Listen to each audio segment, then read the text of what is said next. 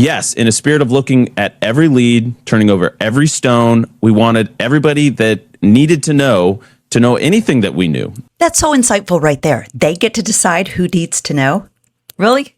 They're not the investigators. Just to remind people what this is referring to, this is after Charlie's murder. He's like, I guess that's what you'd call it.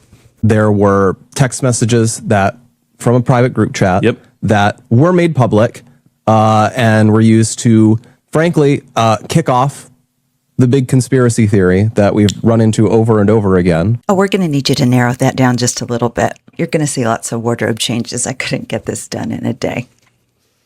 Life. Which is that Israel or the Jews had Charlie murdered. Yes. Are we supposed to put Jews in air quotes now? Air quote, bunny. So, which we do not believe. But which we do not believe. No more bullets to the neck, please. We have given everything we know to give, every single piece of information. This was one of them. I was told I could trust Joe Kent. Look at him trying to pass that off. By who? By who, Andrew? Who told you that? Charlie?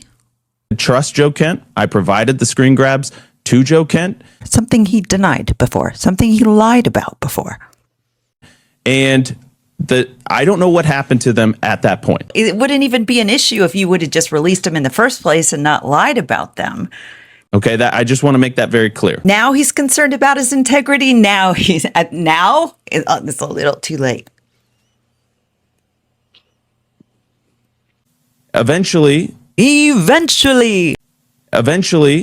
Joe did message me and suggest that I make those screen grabs public. What kind of passive-aggressive dig is that at Joe Kent that he didn't think of suggesting to Andrew sooner that he should have released them himself? It's like, he didn't tell me I should have done it before. What should I do, Erica? I declined because those were shared privately. Oh, just some of that private evidence. They're not the investigators. I didn't want to be reckless with them in the public. There could be innocent people on that group chat that would then be harmed. Alex, I'll take things Mike Johnson would say for 500, please. The part that Andrew's just forgetting to add there is, oh, thank God, a grown-up. That he himself told me about the text chain. That is so Andrew. Andrew was telling multiple people about the text chain. Remember, Candace used to work at Turning Point. She was around, wasn't the enemy.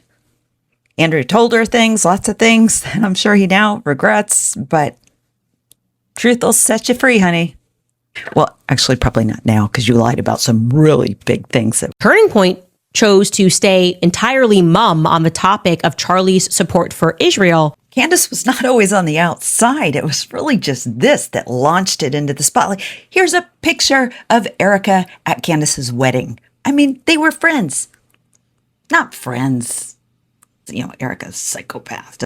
Erica doesn't have friends. She has minions. Even that one woman that came forward, she's so just, I know Erica was with her mom that day. No, you don't. You were just told that. Information about that part of it that you guys do about Andrew and all that. Wouldn't have shared with her about landing at the airport and if Andrew was there or not, if they went to the hospital together. That's pretty basic. You know that Erica literally stepped out of the clinic and dropped to her knees. Collapsed in the middle of the parking lot. Didn't know where Erica was at the time. Right. And then I know Erica was with her mother. There's photos, there's timestamps. I have a text message. It's undeniable. I told her that he just liked the architecture and it's not that deep. That's literally what it was. Not even a little bit true. And you would know that if you talked to the priest. Now let's circle back to who officiated that Catholic funeral.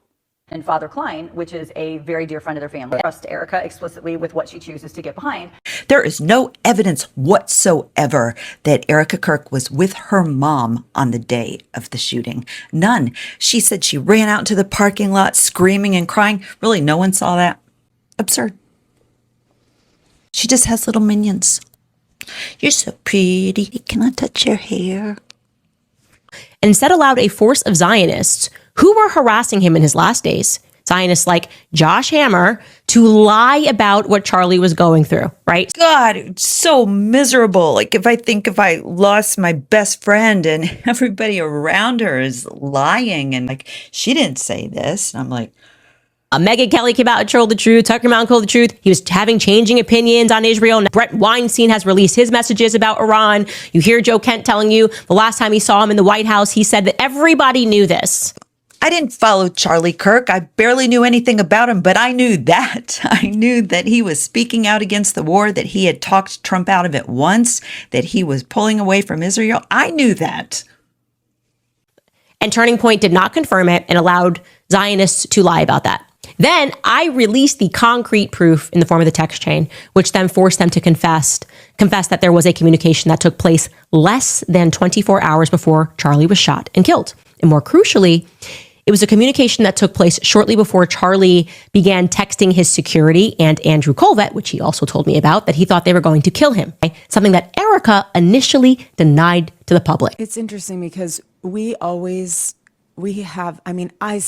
have unbelievable amounts of death threats. My kids have kidnapping threats, death threats. Our whole team has death threats. We knew that there was always going to be a threat, but Charlie and I we promised each other we would never live in fear. And he would say, if they're going to get me, they're going to get me. But he was not messaging people the day before saying, I'm going to be murdered. They're coming after me. Someone's going to kill me. He didn't say that. And I have his cell phone. Didn't say that.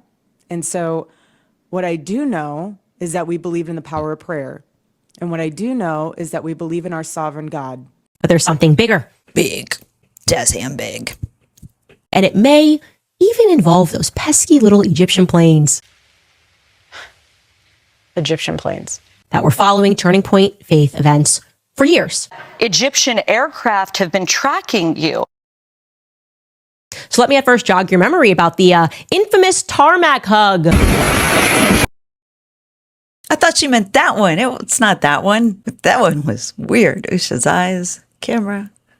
On September 10th and the immediate days thereafter, and he specifically told me something that became problematic down the line. He told me that he was on a massive plane all by himself. I was under the impression it was a G5 or a G6. I don't know anything about those. Like a G6, like a G. That's all I got. He was, after Charlie got shot, racing to Provo, alone on this plane, with no one to speak to, with anxiety building inside of him. Finally, they land in Provo. The plane doors open, and the first person he sees is Erica Kirk. Suddenly, all that built-up anxiety releases when he meets her on the tarmac, and boo-hoo cries in her arms. The exact word he used... Collapsed. I know that one. Collapsed. I am 10,000% certain. This is my Candace Owens impersonation. Important. Important. Candace Owens is literally the most articulate person I've ever heard. I was also put immediately under the impression that it was Charlie's plane. You know, I don't spend money on shoes or handbags. I don't get my nails done. I cut my own hair. But now I kind of want a plane. I just can't decide between a G5 or a G6. Andrew's story down the line seemed to shift to me, and it became that he was with his wife flying from Santa Barbara. Steve Martin lives in Santa Barbara, and even though I was happily married when he got married, a part of me died.